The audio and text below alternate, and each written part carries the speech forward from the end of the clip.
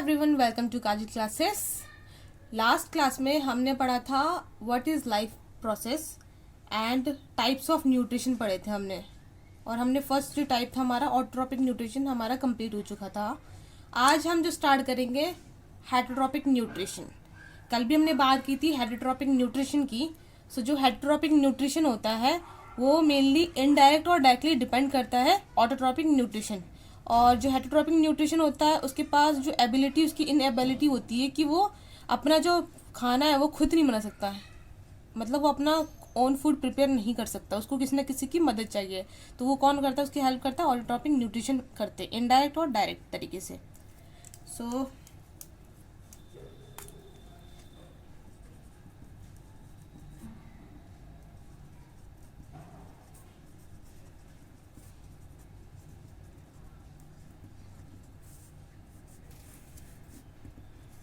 ये हमारा टॉपिक है। So it is a kind of nutrition in which organism do not possess the ability to synthesize their own food.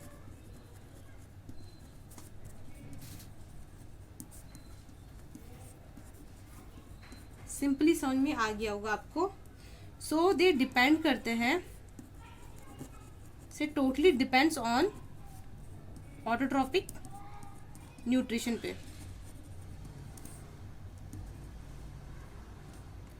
You can say कि they are all depends on autotrophs.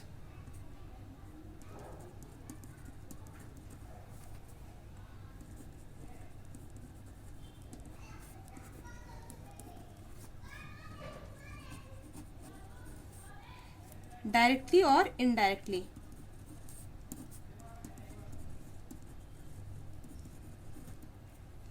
सो इसके examples क्या हो सकते हैं heterotrophic nutrition के लिए?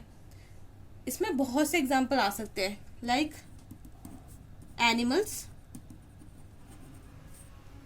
Fungi, also human being also included in this category. अब हम इसमें डिफरेंट पार्ट्स हम कर लेते हैं, इसके अंदर भी सब पार्ट्स है।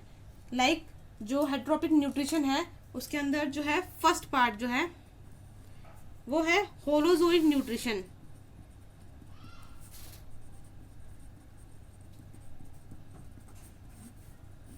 आप सबने पहले भी इसके नेम सुना होगा कि होलोजोइक न्यूट्रिशन होता क्या मेनली।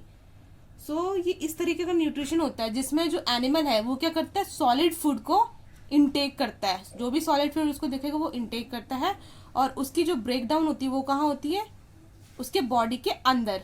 तो इस कैटेगरी में आ जाते हैं, कौन से आ जाते हैं हमारे, एमीबा हो गया, पैरामीशियम। तो ये इस टाइप की कैटेगरीज में आते हैं। So we can write animals takes solid food and break down inside the body. Examples are amoeba, most common example है amoeba, and other animals also included in this category. So second part जो है हमारा second type है इसके अंदर है वो है saprophytic न्यूट्रिशन।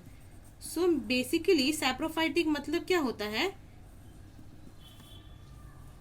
जो चीजें डिकेइंग मैटर पे फीड करती है वो किस कैटेगरी में आ जाएंगी, सैप्रोफाइटिक न्यूट्रिशन में आ जाएगी। सो ऑर्गेनिज्म फीड ऑन डेड और डिकेइंग मैटर पे आर्को सैप्रोफाइटिक और सैप्रोफाइटिक न्यूट्रिशन। और इसके अंदर एग्जांपल आएगा कौन सा, फंगाई और बैक्टीरिया में मोस्टली ये दोनों होते हैं जो क्या करते हैं, डेड और डिकिंग मैटर पे फीड करते हैं।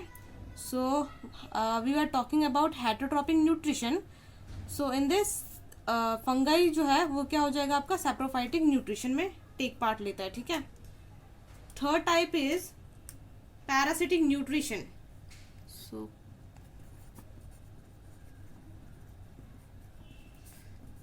टर्म से पता चल रहा होगा पैरासिटिक है, means involvement of parasite, some type of parasites क्या होंगे इसमें इन्वॉल्व होंगे।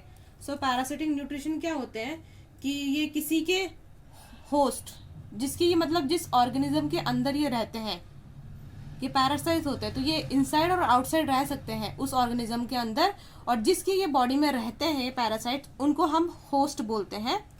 और कभी कभी जो ये होते हैं बहुत ही डेंजरस भी होते हैं, मतलब हार्मफुल होते हैं, समटाइम बेनिफिशियल भी होते हैं।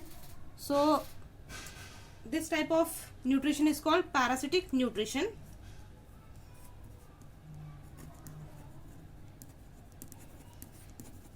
Parasite live inside or outside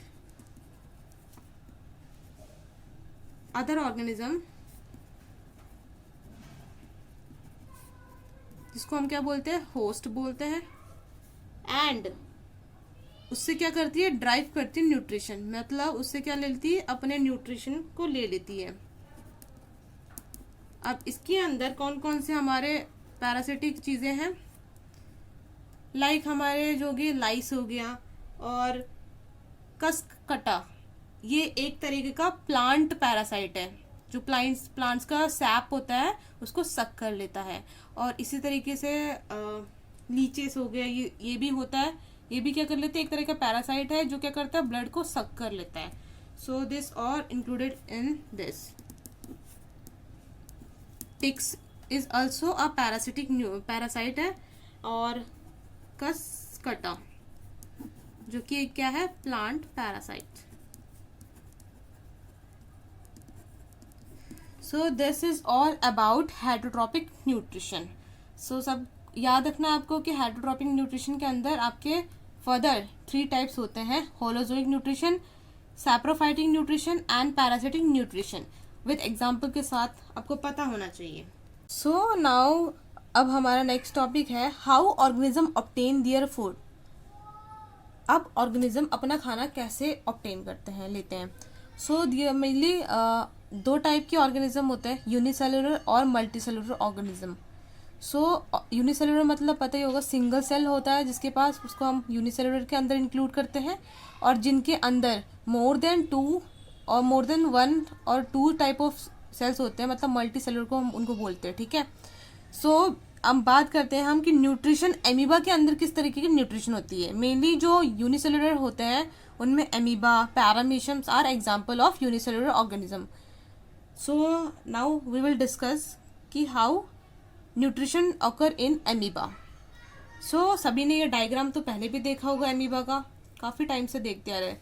so basically हमारा ये है एमीबा है, ये हमारा फूड पार्टिकल है, दिख रहा होगा आपको क्लियरली। सो जो एमीबा होता है उसकी कोई परफेक्ट शेप नहीं होती, किसी शेप में नहीं होता, हमेशा वो उसकी शेप चेंज होती रहती है अकॉर्डिंग टू फूड उसका जो पार्टिकल हो। और ये जो है न्यूक्लियस हो गया, ये आपका साइटोप्लाज्म में प्रेजेंट है एमीबा के अंदर। सो बाकी जो है ये जो एमीबा जब उसके पास उसका फूड उसको नजर आता है तो वो क्या करता है अपने जो सेल मेम्ब्रेन, ये है आउटर लेयर जो है सेल मेम्ब्रेन उसकी, उसको एक्सटेंड करना स्टार्ट करता है। तो जब वो एक्सटेंड करता है, जो आपको दिख रहे होंगे ये फिंगर लाइक से दिख रहे होंगे थोड़े थोड़े, तो ये उसको हम सूडोपोडिया बोलते हैं। जब भी वो एक्सटेंड करता है अपने किसी भी पार्ट को तो उसको हम सूडोपोडिया आर्म्स बोलते हैं। सो वो फूड पार्टिकल को क्या करता है घेरने का काम करता है।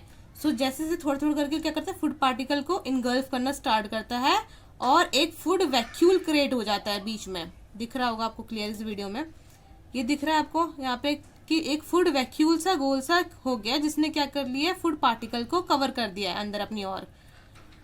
थोड़ी देर के बाद वो क्या हो जाएगा फूड वैक्यूल क्लोज हो जाएगा और जो एमीबा के अंदर क्या हो जाएगा पूरी तरीके से अंदर डाइजेस्ट हो जाएगा और ये रह जाएगा सिर्फ फूड वैक्यूल।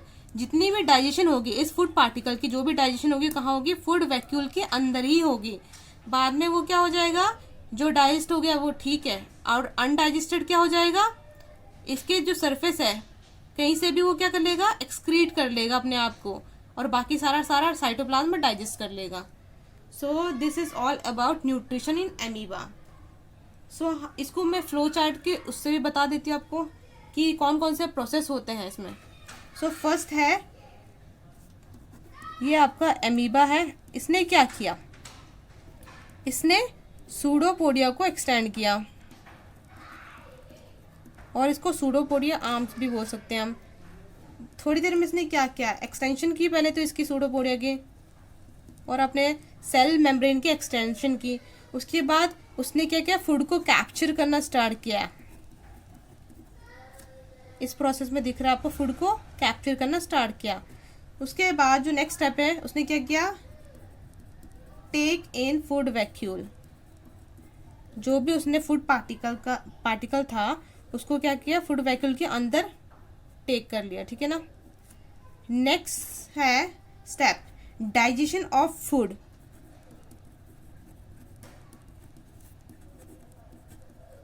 कहाँ पे इसकी डाइजेशन हो रही है, सारा का सारा जो हो रहा है वो कहाँ हो रहा है, फूड वैक्यूल के अंदर हो रहा है डाइजेशन, जितनी भी हो रही है इसकी डाइजेशन।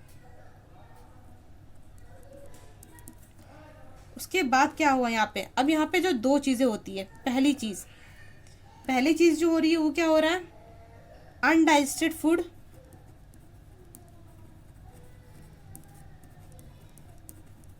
वो क्या करेगा, बाहर निकल जाएगा। कहाँ बाहर निकलेगा, move surface of the cell and is thrown out, ठीक है। तो ये जो है मूव करेगा to surface of cell and is thrown out. यहाँ किसी भी इसका कोई परफेक्ट पार्ट नहीं होता कि यहीं से वो रिलीज करेगा अपने अनडाइजेस्टेड फूड को। सो किसी भी साइड से वो सरफेस के उसको रिलीज कर सकता है आउटसाइड, और यहीं पे इसके सेकंड ये चीज होगी। तो फर्स्ट तो ये हो गया, सेकंड जो है यहाँ डाइजेशन ऑफ फूड के बाद, और जो डिफ्यूजन होगी यहाँ पे, डिफ्यूजन क्या होगी, सिंपल डिफ्यूजन होगी। कहाँ पे होगी, साइटोप्लाज्म के अंदर। अब जो फूड पार्टिकल अंदर आया उसकी डाइजेशन हो गई है कंप्लीट, उसके बाद आधा जो अनडाइजेस्टेड है वो बाहर निकल जाएगा, और कुछ की डिफ्यूजन होगी। तो कहाँ होगी डिफ्यूजन, साइटोप्लाज्म के अंदर होगी।